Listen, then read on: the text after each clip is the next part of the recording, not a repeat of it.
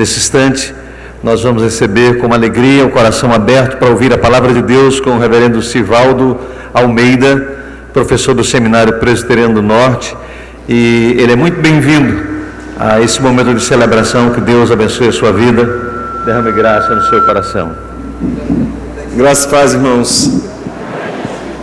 Uma alegria enorme estar com os irmãos hoje à noite, louvar ao Senhor com os irmãos. Eu costumo dizer que quando nós nos encontramos assim, nós não encontramos amigos, nós encontramos família. Somos todos filhos de Deus, irmãos de Cristo, família do Senhor.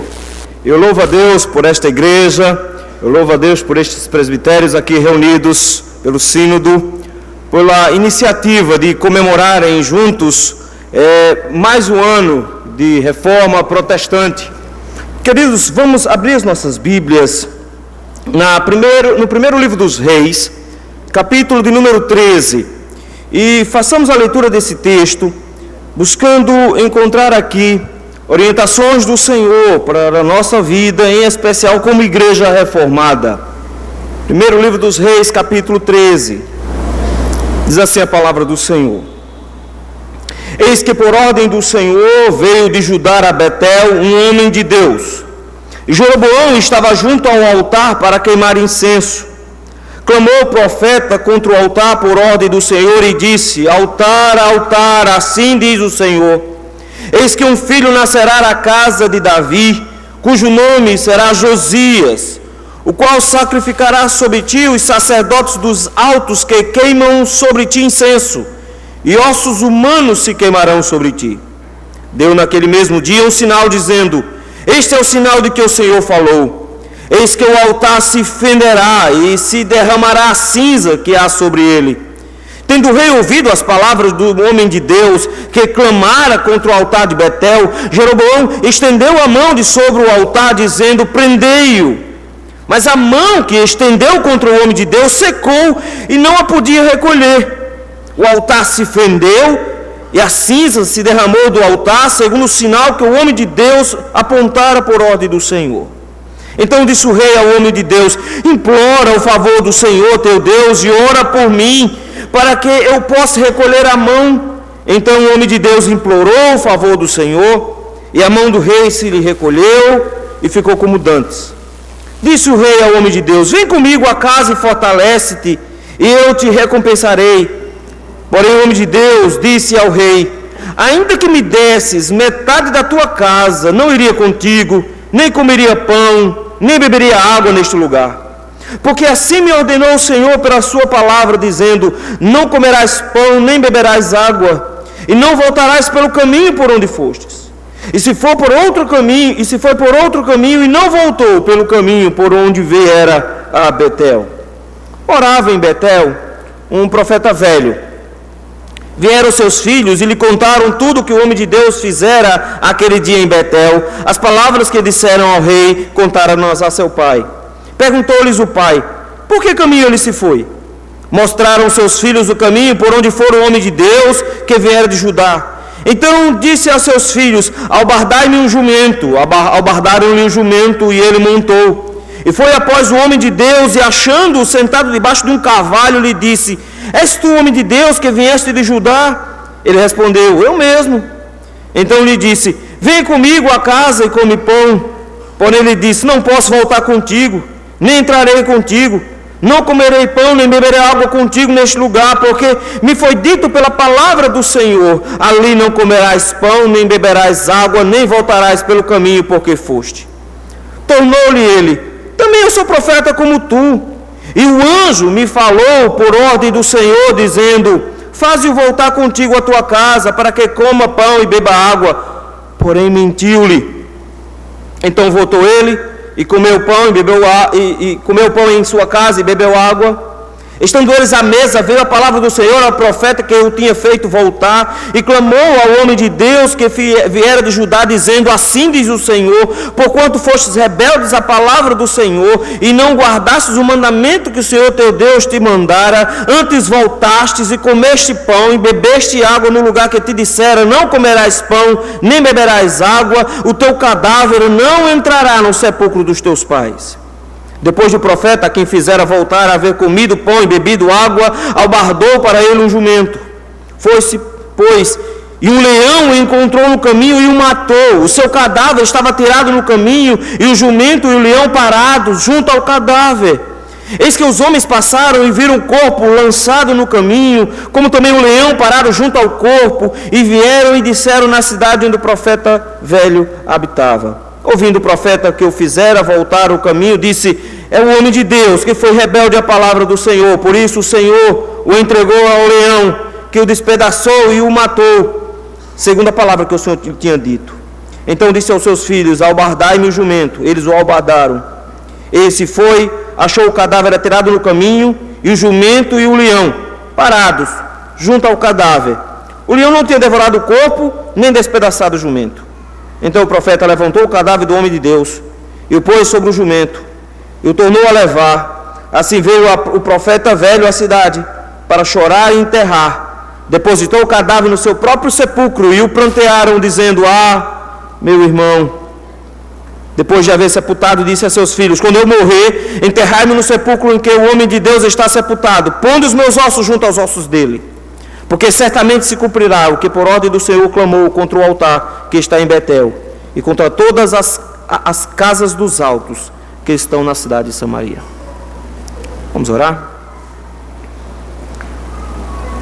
Bendito, santo e eterno Senhor, muito obrigado, Senhor, por um momento tão especial, onde nós nos encontramos com o Teu povo, reunidos, Senhor, na Tua presença em adoração, nos encontrando contigo, e podendo, Senhor, render graças, poder louvar ao Senhor, poder estender ao Senhor as nossas vozes e orar, na certeza que os seus ouvidos estão atentos aos nossos pedidos, aos nossos clamores.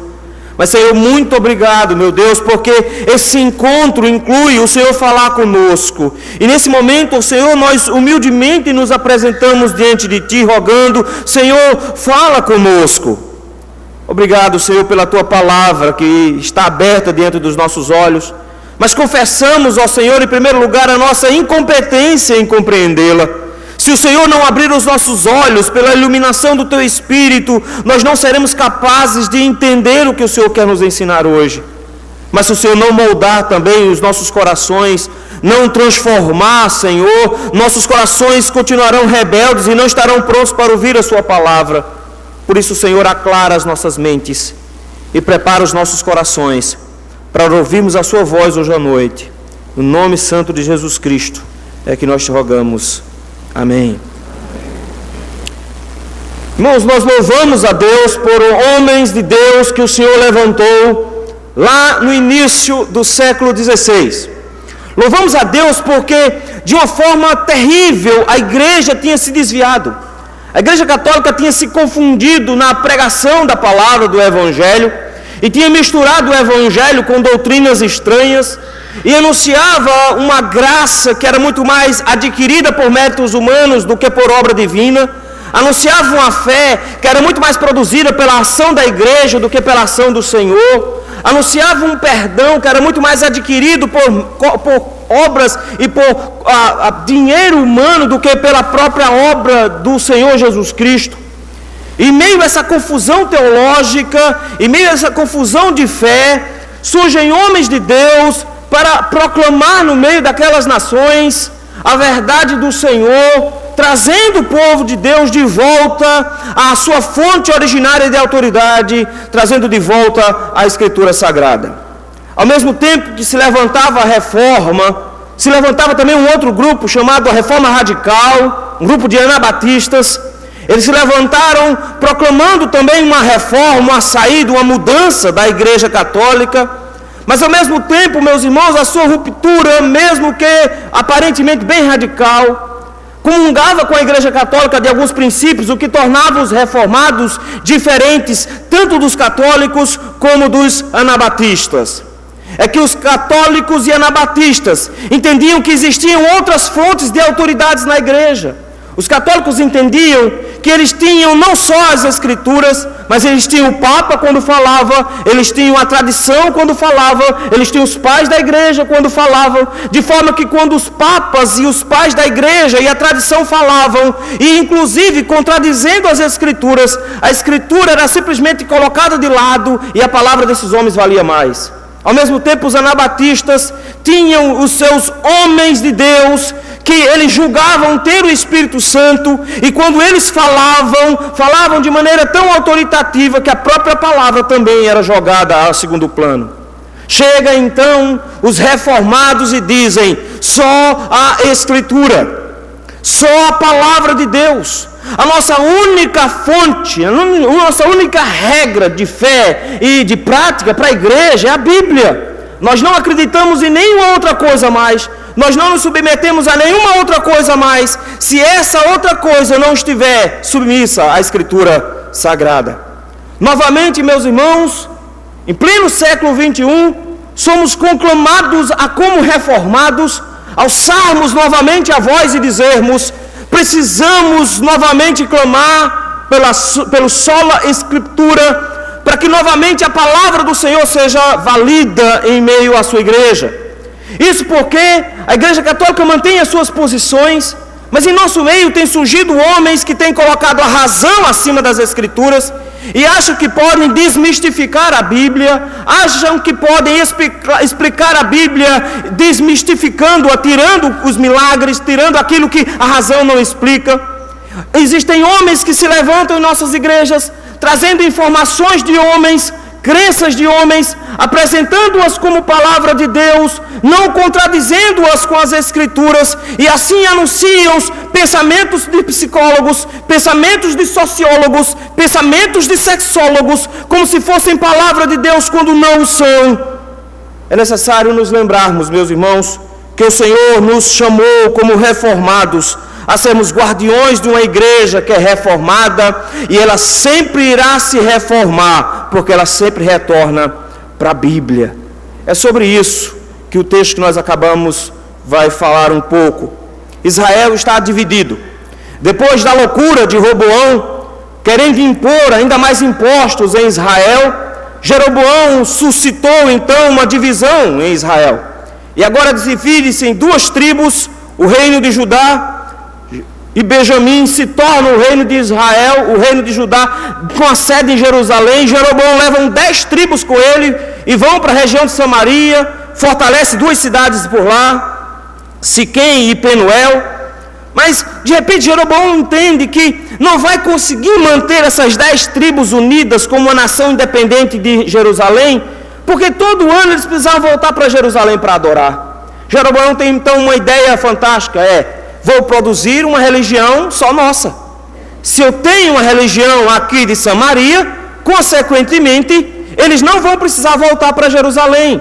Onde é que se adora? Adora em Samaria. Quem são os sacerdotes? Os sacerdotes de Samaria. Como é que a gente adora? Não tem a Arca da Aliança, a Arca está em Jerusalém. Nós fazemos um bezerro de ouro, nós fazemos um ídolo aqui e nós adoramos por aqui mesmo. Jeroboão, então, produz o que é conhecido nas Escrituras como o pecado de Jeroboão. Ele cria uma religião onde ele é o maior, ele é o chefe. E aqui eles estão reunidos na cidade de Betel para inaugurar essa religião.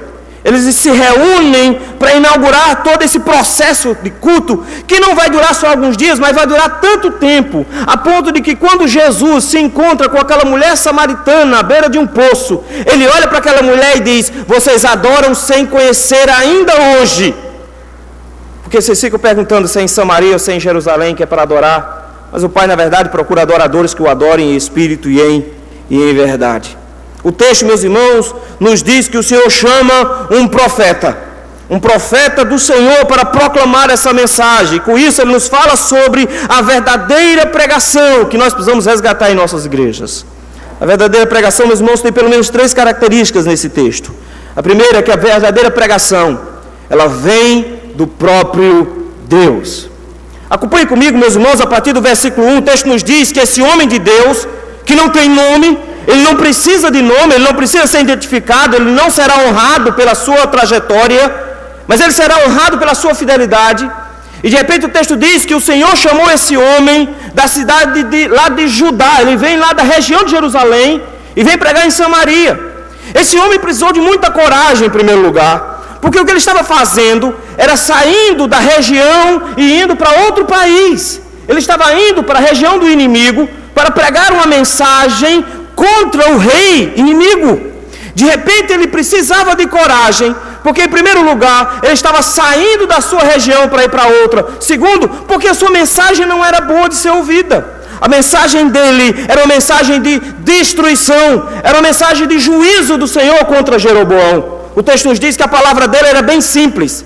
O texto fala que quando ele chega lá, está se organizando o culto, Jeroboão já está no seu lugar, ele pretende inaugurar o culto, ele pretende fazer sacrifícios, tem um altar pronto, e a palavra do profeta é contra o altar, dizendo: altar, altar, assim diz o Senhor, eis que um filho nascerá da casa de Davi, cujo nome será Josias, o qual sacrificará sobre ti os sacerdotes, dos altos que queimam sobre ti incenso, e ossos humanos se queimarão sobre ti. Na verdade, esse homem de Deus chega agora e diz: a palavra que eu tenho para dizer a vocês é de que Deus vai levantar um homem, um rei em Israel, chamado Josias, e não ia acontecer nos dias próximos. Isso aqui acontece 300 anos depois dessa profecia, e 300 anos depois o Senhor enviou Josias, um homem de Deus, que destruiu esse altar, queimou os ossos dos sacerdotes sobre esse altar, tornando esse altar agora inviável para a produção de sacrifício, porque ele foi manchado para sempre com cinzas humanas. E de repente ele chega e diz: isso vai acontecer, essa é a palavra do Senhor. O Senhor rejeita o culto de Jeroboão e a mensagem é dura. E para que as pessoas crescem na mensagem desse profeta do Senhor, para que eles entendessem de que o profeta do Senhor, com toda a coragem e força, estava anunciando, ele deu um sinal. E o sinal era: o altar vai se fender ao meio, ele vai se abrir, as cinzas que estão em cima dele vão cair, e vocês vão ver que o Senhor disse isso, e que o Senhor vai cumprir, mandando um homem chamado Josias depois. No momento em que ele está profetizando, acontece o óbvio. Jeroboão estende a mão por cima do altar, ele está na festa, é o ponto alto do seu culto, ele é a grande estrela desse culto. Ele está se apresentando diante de todo mundo, e agora chega esse profeta vindo de Judá para estragar tudo. Ele levanta a mão, aponta para o profeta e diz: prendam-no. Mas o texto nos diz que a mão do rei ficou ressecada, ficou dura, ele não podia mais recolhê-la. E ele agora fica em pleno desespero, porque ele agora é um rei que só pode apontar para frente. Ele é um rei que não consegue mais recolher a mão, ele tem um braço duro. E ele ficou desesperado quando aconteceu aquilo. E ele então faz o quê? Recorre ao único homem de Deus que ele conhece, o que veio de Judá. Ora por mim. Pede a Deus para esse meu braço voltar ao normal. Rapaz, quando eu apontei para você, o meu braço ficou duro. Pede a Deus. E o texto diz que o homem de Deus implora ao Senhor, e o braço de Jeroboão volta ao normal. E Jeroboão chega com uma proposta fantástica. A proposta é: agora vamos lá para casa. Rapaz, você agora virou meu amigo agora. Quero mais prender você não, depois que meu braço voltou ao normal, agora você é meu amigo, vamos lá para casa, eu vou te dar um banquete, eu vou te dar comida, você deve estar cansado, vou te dar água, vou te dar bebida, eu vou te dar até uma ofertinha, porque você volta para casa mais feliz.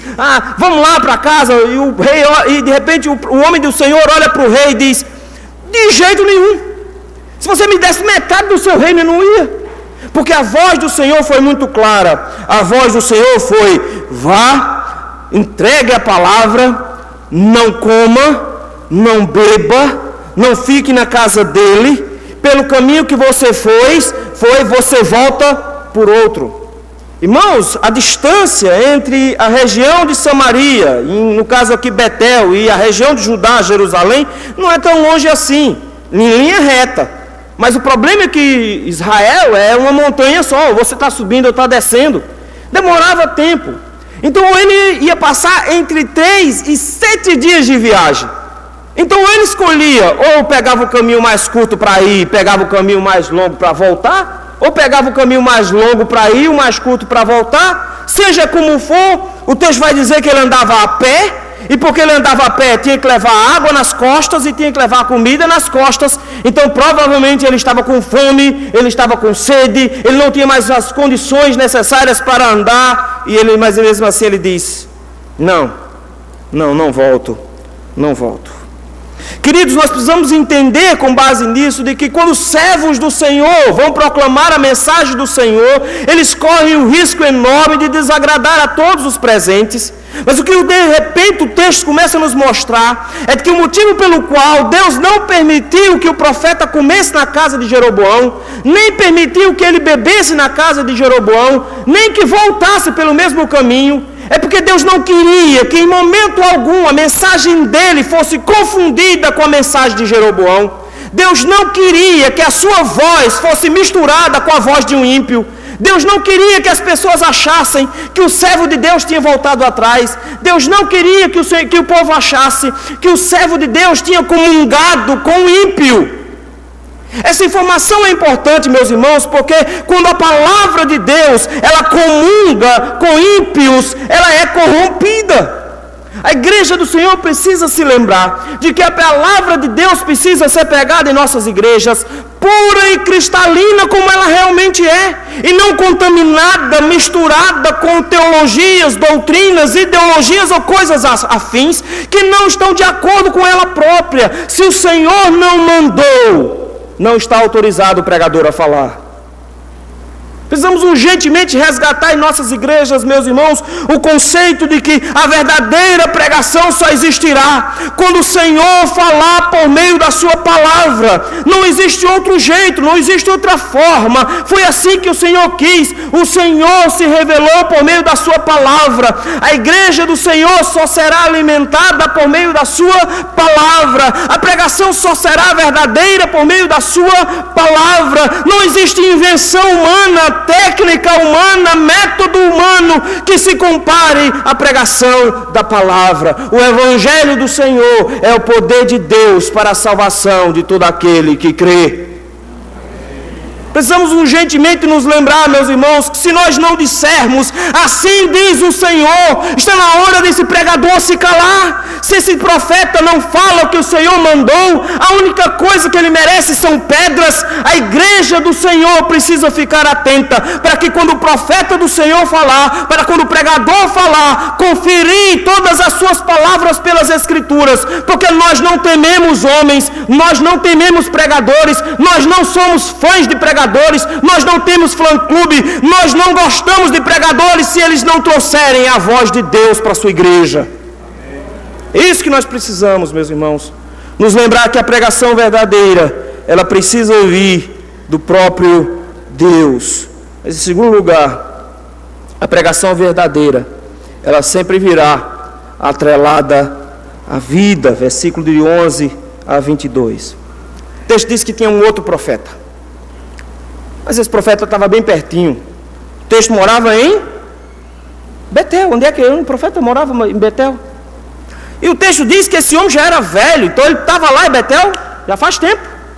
Mas ao contrário do homem de Deus que precisou sair de Judá para Betel para falar, precisou de coragem para sair de Judá e ir para Betel para falar, esse velho profeta aqui está calado. Ele não abre a boca, ele não proclama a voz do Senhor, ele não diz assim diz o Senhor. Deus não fala com ele, Deus não usa mais, ele simplesmente se acomodou à religião de Jeroboão. Ele não é um proclamador da voz de Deus, ele simplesmente é um falsário, ele fica quietinho na dele. Ele se sente um profeta, ele se sente o profeta, ele acha que é o homem de Deus, ele acha que tem o poder do Senhor, ele acha que é uma pessoa indicada para o ministério. Ele tem convicção, ele foi ordenado pelo presbitério, ele sabe de tudo, ele estudou teologia, ele sabe, ele diz, é profeta, eu sou profeta.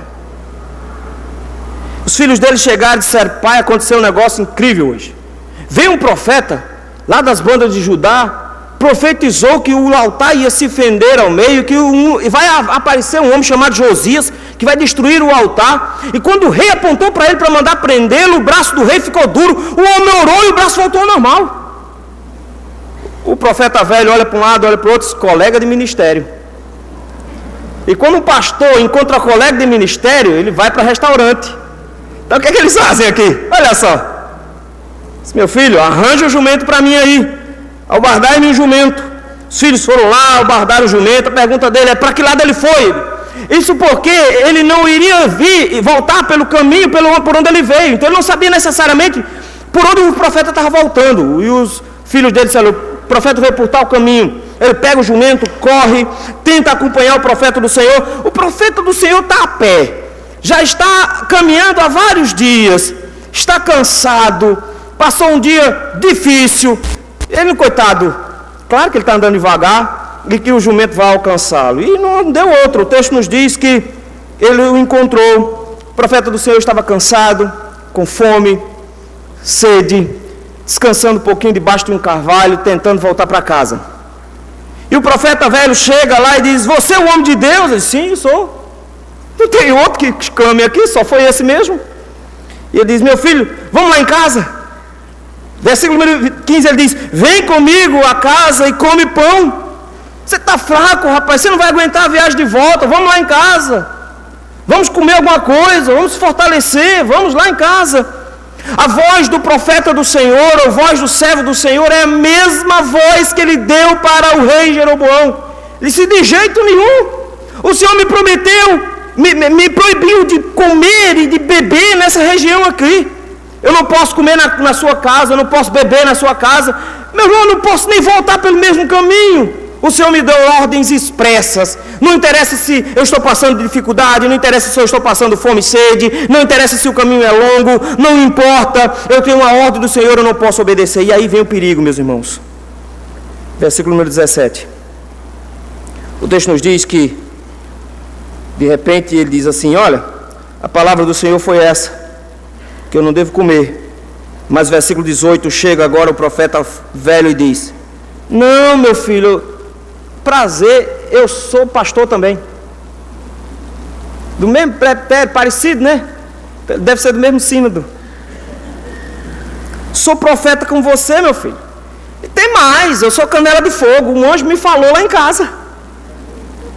Estava lá em casa, me disseram que você estava passando por essa dificuldade toda. Um anjo veio, falou comigo e disse: não deixe o coitado do profeta voltar desse jeito. Vá lá, alcance-o, pegue-o, traga-o de volta contigo, faça ele voltar à tua casa. Ele precisa comer, ele precisa beber. Vá lá, olha que coisa bonita. O servo do Senhor está preocupado com o outro está passando fome, passando sede, dificuldade, ele quer ajudar. E ele dá uma forcinha para o Espírito Santo. Na verdade, você chega agora e diz: não apareceu anjo coisíssima nenhuma. Ele mentiu. Ele nunca viu um anjo na vida. Ele não traz a palavra do Senhor, ele não traz a voz do Senhor, ele mente para o profeta. E aí o profeta, do homem de Deus que veio de Judá, comete o maior erro da sua vida. Ele esquece de consultar o Senhor, ele esquece de perguntar a Deus, que é o Senhor da vida, o Senhor que havia orientado a ele. Deus deu uma ordem ao profeta, Deus deveria ele mesmo retirar essa ordem. E o profeta estava com tanta fome, e o profeta estava com tanta sede, ele estava tão cansado, que por causa disso talvez ele tenha sucumbido. E o texto nos diz que esse profeta velho conseguiu convencê-lo, levou para casa, chegando lá, colocou uma mesa muito bonita, muita comida, e todo mundo lá sentado, comendo. Deus não vai falar mais por meio do profeta de Judá. Deus vai usar a boca do falso profeta para matar. E o texto diz que o falso profeta se levanta no meio do jantar e diz: agora sim o Senhor vai falar. Assim diz o Senhor: você foi rebelde à palavra do Senhor, você não guardou o meu mandamento, o mandamento que Deus te mandara. Versículo 22. Pelo contrário, você voltou, você comeu pão, você bebeu água, no lugar que eu te disse: não comerás pão, nem beberás água. Agora vem o juízo do Senhor. E o juízo do Senhor é terrível para o profeta. O grande prazer, a grande alegria de um homem de Deus naquela época era ser enterrado com seus pais. Todo sertanejo é assim. Eu sou sertanejo. A gente anda pelo mundo todo, mas adivinha o que a gente quer voltar? Tem nem água lá agora, mas a gente quer voltar para lá. E não interessa onde esteja. Se morrer, levem. Se não quiser levar, deixa que os parentes venham buscar. Quer ser enterrado todo mundo no mesmo canto. Isso era uma honra, isso era um privilégio. O Senhor chega agora e diz: você não terá a honra de ser enterrado com seus pais. Você vai ser enterrado com um cara terrível. O texto diz que ele não vai ser enterrado com seus pais, versículo número 22. Pelo contrário, ele deverá morrer no caminho. Precisamos entender, meus irmãos, que a palavra do Senhor, quando é pregada na igreja, ela é vida. Ela produz vida. Quando a palavra do Senhor é proclamada, o Senhor produz salvação. A fé vem pelo ouvir e ouvir a palavra do Senhor. Os homens de Deus são chamados a proclamar a palavra de Deus de forma fiel, de forma direta e de forma verdadeira.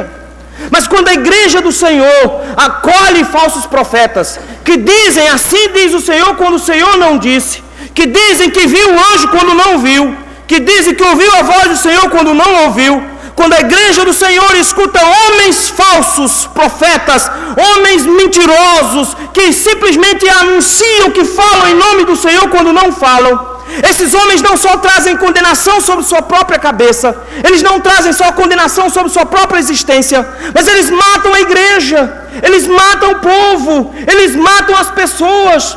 Pregadores, meus irmãos, de um evangelho falso são muito mais perigosos do que grupos de extermínio. Pregadores de evangelho falso são muito mais perigosos do que bombas atômicas. Pregadores de evangelho falso são muito mais perigosos do que uma horda de bandidos, porque se todos matam o corpo, mas pregadores falsos mandam multidões para o inferno. Pregadores falsos levam homens e mulheres para corromperem os mandamentos do Senhor. Pregadores falsos mentem em nome de Deus, obrigando o povo de Deus a sucumbir diante do pecado. Desobedecem às ordens do Senhor, porque obedecem um lobo travestido de cordeiro. A palavra do Senhor é vida, meus irmãos, mas a palavra na boca de um falso profeta é morte, e ele matará a todos aqueles que derem ouvidos a ele. A única coisa que nós podemos fazer é recorrer à Escritura, consultar o Senhor novamente, e todo pastor que subir a esse púlpito deve estar submisso às Escrituras. Os irmãos serão o crivo de avaliação, devem consultar a Bíblia para saber se o que ele falou era verdade. Não se enganem, meus irmãos, falsos profetas não estão só em igrejas neopentecostais, não estão somente espalhados pela rua ou nos canais de TV. Muitas vezes em nossas próprias igrejas, homens que deveriam estar pregando a vontade do Senhor, pregam ideologias e conceitos contrários à vontade do Senhor, conduzem o povo à idolatria, conduzem o povo ao erro, corrompem o culto ao Senhor, corrompem a evangelização, corrompem a adoração, corrompem as famílias, corrompem os filhos, corrompem os jovens, destrói a vida de todos. A igreja acha que está tudo muito bem, esse homem acha que é um servo do Senhor, mas ele está agindo como mensageiro de Satanás para a destruição do povo de Deus. Muito cuidado, meus irmãos, muito cuidado. As credenciais de um servo de Deus não são as habilidades com as palavras. As credenciais de um servo de Deus não é a forma como ele folheia a Bíblia. As habilidades do servo de Deus não são palavras bonitas folheadas que ele vai trazer para você e vai te encantar. Não são belas histórias, nem histórias engraçadas. Mas ele será conhecido por ser fiel na exposição da palavra do Senhor. Porque a única coisa que o Senhor requer dos seus dispenseiros é que cada um deles seja encontrado fiel. O apóstolo Paulo olha para os presbíteros de Éfeso e diz: lavo as mãos do sangue de vocês. O motivo é porque eu fiz muito evento na igreja, organizei um coral bonito, fiz um grupo de louvor, organizei um sistema de novo na igreja de dízimos e ofertas, eu climatizei a igreja. Não, Paulo disse: isso não é nada. Eu preguei todo desígnio de Deus. O que Deus me mandou dizer, eu disse. Isso é para a vida de vocês.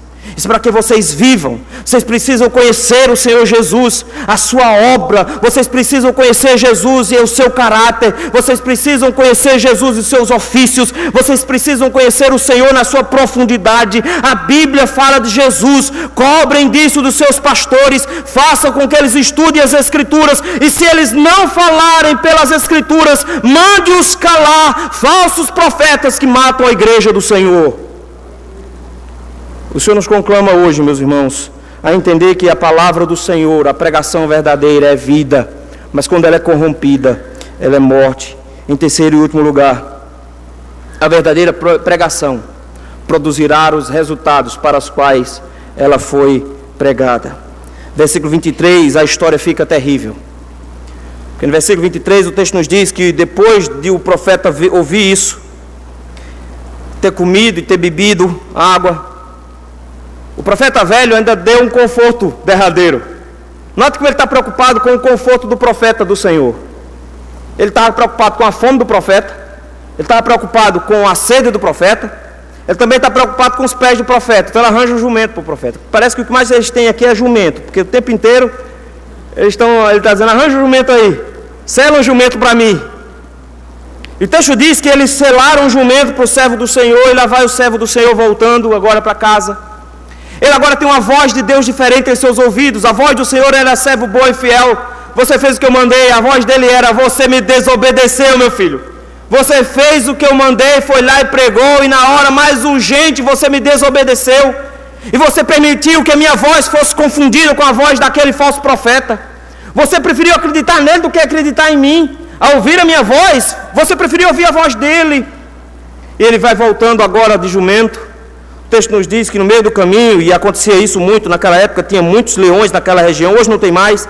Os irmãos vão ver, por exemplo, que Sansão mata leão, e Davi diz que mata leão. Então tinha muitos leões naquela região. O texto diz que um leão avançou, pulou sobre o servo do Senhor, e o matou, e o deixou no chão. Ah, que acaso, que fortuito, que tragédia. Não, meus irmãos, não foi uma tragédia. O texto faz questão de mostrar que aconteceu um milagre ali. Não foi uma morte, não foi um mero acaso, não foi um acidente.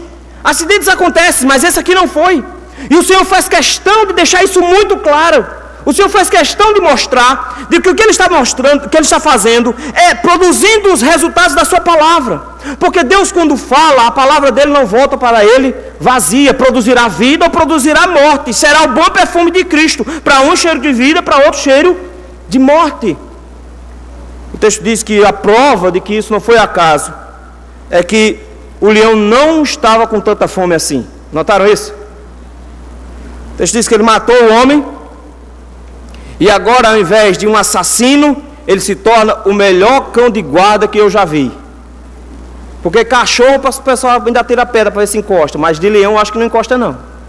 E de repente vem uns homens andando pelo caminho, e olha o susto na estrada. Chega lá, tem um leão na estrada. Eita, o leão matou um homem. Eita, tem um jumento do lado, e o leão nem está comendo o jumento, nem está comendo o homem. Ele está do lado, está fazendo guarda. O jumento não se assustou com o leão. O jumento continua do lado do corpo. O corpo está estirado e o leão fazendo guarda. Tem uma coisa muito esquisita com isso. É claro que eles não foram loucos o suficiente para ir tentar pegar o corpo. Eles deram uma volta, chegaram na cidade e disseram: olha, tem um negócio estranho na estrada. Nós chegamos lá e encontramos um homem estirado no chão. O estranho não é um homem estirado no chão, é ter um leão e um jumento um do lado do outro. O jumento esperando alguma coisa e o leão guardando todo mundo. Tem uma coisa estranha. O profeta velho diz: é o homem de Deus. É o homem de Deus. Ele foi rebelde à palavra do Senhor. E o leão o matou e o despedaçou, segundo o Senhor disse. Esse homem sabe que quando Deus fala, Deus cumpre. Ele de novo pega o jumento, vai lá, encontrou o cadáver, e o texto faz questão de repetir, versículo 28, dizendo: e chegou lá e estava lá no caminho o jumento e o leão parados junto ao cadáver. E o texto termina dizendo: e o leão não tinha devorado nem o corpo, nem despedaçado o jumento. O Senhor estava mostrando ali com todas as letras. O leão foi com a missão. A única missão do leão era: mate o profeta. Ele precisa voltar para Betel. Ele volta para Betel agora no corpo daquele mesmo jumento que estava esperando por ele. Foi por isso que o jumento ficou. Ele é colocado sobre o jumento, trazido de volta. E o profeta velho, ele tem tanta convicção de que ele é um profeta de verdade, que ele diz: meu colega do ministério, vou fazer o sepultamento dele, vou chorar por ele, vou lamentar por ele, vou enterrá-lo, vou prantear e vou chamá-lo de meu irmão, colega de ministério, um homem bom, mesmo pretério que eu. Olha a desgraça que aconteceu com ele. O miserável nem se toca de que o responsável pela morte desse servo do Senhor foi ele. Ele nem se toca disso. Mas de repente o texto diz assim: ele vai ser sepultado no meu sepulcro. para a maior desonra do servo de Deus, além de não ser sepultado com os seus pais, ele agora vai dividir túmulo com o profeta falso.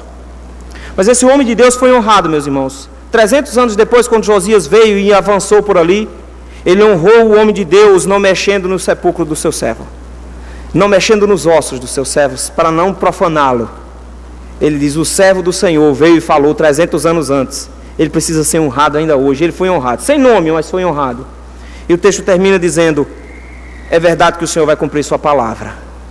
Porque do jeito que o Senhor disse que ia matar o seu profeta amado, que ele mandou e que o obedeceu e desobedeceu só no detalhezinho e ele o matou, tem nem dúvida, Deus vai levantar um Josias que vai vir aqui e que vai matar os sacerdotes, que vai queimá-los em cima desse altar aqui. Não tenha dúvida, o Senhor cumprirá a sua palavra. Meus irmãos, o que nota um profeta verdadeiro de um profeta falso é que quando ele diz assim diz o Senhor é quem produz os resultados. O resultado da pregação, meus irmãos, não vem da força dos homens. O resultado da pregação não vem da metodologia dos homens. Não adianta você fazer 4 anos de seminário, pagar homilética, pregação 1, 2, 3, 4, 5, entender todas as técnicas, ler todos os livros sobre o assunto. Não adianta, porque o resultado da pregação não vem das técnicas, vem do poder do Espírito Santo, vem da ação do Senhor. É o Senhor que faz com que a sua palavra venha frutos. É o Senhor que toca no coração dos eleitos e suscita neles o arrependimento e a fé. É o Senhor que produz a mudança na igreja. É o Senhor que produz o crescimento da igreja. A única palavra dos servos do Senhor é para proclamar a verdade do Senhor, mas os resultados da pregação do Senhor é Ele mesmo quem vai colher. E dia a dia, diz o livro de Atos, ia o Senhor acrescentando os que iam sendo salvos. É o Senhor, meus irmãos, que resgata o povo. É o Senhor que transforma o povo. É o Senhor que faz a sua igreja crescer. É o Senhor que muda, quebra, transforma os corações dos ímpios por meio da sua palavra. Precisamos urgentemente nos lembrar disso, para não acharmos de que os nossos métodos e as nossas técnicas estão fazendo a diferença. Nós começamos a achar que a igreja cresce quando eu mexo nas coisas, quando eu faço as minhas coisas, quando eu mexo os meus pazinhos. Afinal de contas, na igreja de fulano funcionou, se eu trouxer para cá vai funcionar também. Afinal de contas, se eu der uma melhorada, porque a pregação não é suficiente. Irmãos do Senhor, aprendamos de uma vez por todas, o Senhor resolveu salvar os homens pela loucura da pregação. Não foi teatrinho, não foi filminho, não foi historinha colorida, foi por meio da pregação. Nós não acreditamos mais na voz de Deus nas igrejas, nós achamos que precisamos dar uma forcinha para o Senhor. Eu gosto de Mauro Maister quando ele diz que se uma imagem vale mais que 1000 palavras, e o Senhor acreditasse nisso, Ele tinha feito a Bíblia um gibi, que a gente ficava olhando as figurinhas, mas o Senhor não.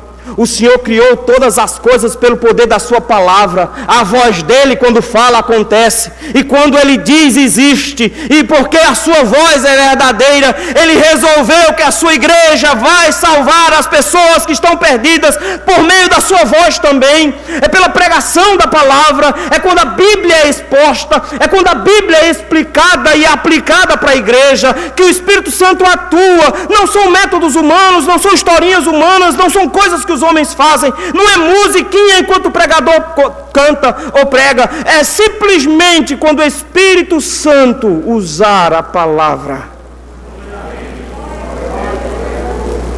Nós precisamos urgentemente nos lembrar disso, porque os resultados da pregação, meus irmãos, não podem estar nas costas dos pastores. Vocês têm que cobrar deles para que eles sejam fiéis à palavra. Eles têm que pregar fielmente as Escrituras. Mas o Senhor será fiel no meio do seu povo. E no dia em que a voz de Deus for ouvida no meio do seu povo, ninguém que for eleito do Senhor ficará parado. O Espírito Santo tocará nesses corações, retirará os corações de pedra, colocará um coração de carne, fará com que eles sejam cheios do Espírito Santo, e eles também serão proclamadores da voz do Senhor. Igreja de Cristo, como reformados, vamos clamar urgentemente os resultados da pregação. Vem de Deus e dele somente, para que a glória seja só dele, para que toda a honra seja só dele, e que no final das contas nós sejamos somente vasos de barro, instrumentos, ferramentas, sem a utilização de um hábil construtor não serve de nada. É o Senhor quem constrói a sua igreja, é o Senhor quem gosta de ver o seu povo reunido, é o Senhor que tem prazer em trazer os seus filhos para junto de si. Ele resolveu que vai levá-los todos para morar com eles pela eternidade. Ele gosta de ver os seus filhos juntos, e Ele fará isso por meio da pregação da sua palavra. Queridos, somos desafiados hoje à noite a abraçarmos a reforma de volta. Abraçarmos simplesmente dizendo ao mundo: essa igreja é a igreja de um livro só. Antigamente, lá no sertão, eu sou paraibano, junto com o reverendo Ageu Lindo Pinto, alguns irmãos aqui lembram dele. Eu era pequenininho, a Bíblia é maior do que eu debaixo do braço, correndo de pedrada na praça de São Bentinho, lá perto de Pombal. Fugindo de pedrada na cidade de Cajazeirinhas, lá perto de Pombal. Homens de Deus que pregaram o Evangelho, que anunciaram a verdade do Senhor, quase morrendo, mas que foram fiéis ao Senhor em todos os momentos, simplesmente para dizer: a voz do Senhor é o que transforma o mundo. Para de confiar na educação. Ah não, se a educação melhorar, a gente vai melhorar. Se o Evangelho for proclamado, nosso país melhora. Ah, nós precisamos de uma economia mais sólida para melhorar. Não, nós precisamos do Evangelho para melhorar. Ah, nós precisamos de segurança. Nós não precisamos de conversão nesse país para melhorar. Ah, nós precisamos de melhores políticos. Não, nós precisamos de melhores crentes para esse país melhorar. Precisamos urgentemente, meus irmãos, retomarmos a palavra nas mãos, sermos conhecidos como o povo do livro da capa preta, que coloca a Bíblia debaixo do braço e saia proclamando, porque entende que não existe nenhuma outra mensagem que possa transformar o país e o mundo. Nós possuímos a solução. Nós possuímos a solução para a violência, nós possuímos a solução para o fim da pobreza, nós possuímos a solução para a bondade no mundo, nós possuímos a solução. Pregue o Evangelho a toda a criatura, transformem todos os bandidos dessa cidade em servos de Deus, transformem todos os políticos dessa cidade em servos de Deus, e veremos o Senhor transformar o nosso país, pelo poder da pregação. Precisamos urgentemente resgatar a fala da reforma. Só a Escritura em nossas mãos pode dizer isso. O Senhor nos conclama hoje, meus irmãos, a nos lembrarmos de que a palavra do Senhor tem que vir dele. Não aceite pregação que venha de homens. Voz que venham de homens não serve. Avalie os seus profetas e pastores pela palavra de Deus. Questione-os para que eles saibam de que você está preocupado em obedecer a Deus e não a homens. Entenda que a palavra do Senhor é vida, mas a palavra daqueles pregadores de TV é morte. Eles produzem inferno no coração das pessoas. Ele leva os homens a serem idólatras. Eles transformam o coração dos homens em corações ainda mais duros. Somente a palavra do Senhor produz vida, e aqueles que ouvem a palavra do Senhor e a recebem, do seu interior fluirão rios de água da vida. E descansa no Senhor. Você pode ter um parente que precisa do Evangelho. O que eu preciso fazer? Trazer para a igreja? Que nada, meu irmão, é muito mais fácil levar a Bíblia para ele. Ensina as Escrituras. Eu tinha 8 anos de idade quando encontrei o Evangelho, e eu obrigava minha mãe todo dia, quando eu voltava da escola dominical, a escutar a historinha, e ela tinha que cantar a musiquinha que eu aprendi e recitar o versículo. E o Senhor salvou a minha família toda por causa de um garoto de 8 anos que resolveu que deveria ensinar a Bíblia. Nós não precisamos de mais nada. O Senhor produzirá os resultados no nosso meio. Que clamemos com alta voz, como reformados que somos: só a Escritura, só a Escritura. Nós somos um povo de um livro só. Nossa única regra de fé e prática é as Escrituras Sagradas. Que o Senhor nos abençoe, meus irmãos. Amém. Convidamos o reverendo José Alves, o nosso maestro oficial, regente oficial do Dia da Reforma, a nos conduzir no hino 155. Louvemos ao Senhor com o hino Castelo Forte.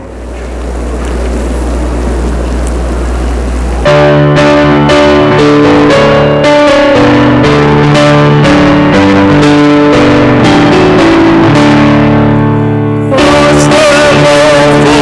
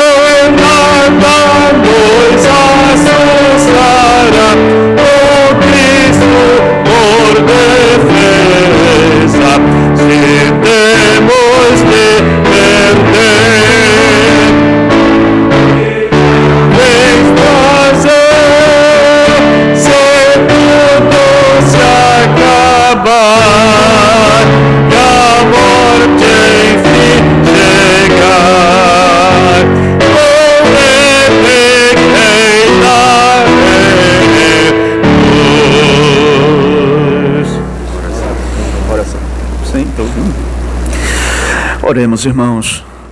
Senhor nosso Deus, nós louvamos o teu santo nome. Amém. Rendemos graças ao Senhor por este momento, pela oportunidade que estamos tendo de diante do Senhor, com toda a alegria, com toda a expressão da nossa alma, e agindo no mover da tua vontade, do teu Espírito, nós aqui rendemos graças, celebramos o nome do Senhor e declaramos diante do Senhor que reconhecemos as intervenções do Senhor no correr da história, visando o bem da igreja, a preservação da igreja. E é este o sentimento especial que temos neste momento, de render graças ao Senhor por homens que o Senhor levantou, momentos que o Senhor propiciou no correr da história e particularmente no evento da Reforma Protestante. Seja engrandecido o teu nome, Pai. Seja a igreja sempre alvo da tua atenção, do mover da mão do Senhor, protegida, guardada pelo Senhor. E que sigamos adiante, cumprindo a missão que o Senhor nos tem dado. É assim que rogamos em nome de Jesus. Amém, Pai. Recebamos a bênção apostólica. Que a graça do nosso Senhor e Salvador Jesus Cristo, o amor do nosso Deus e bendito Pai, o poder, a comunhão e a consolação do Espírito de Deus, repouse sobre a Igreja de Jesus Cristo, na face da terra, desde agora e para todo sempre.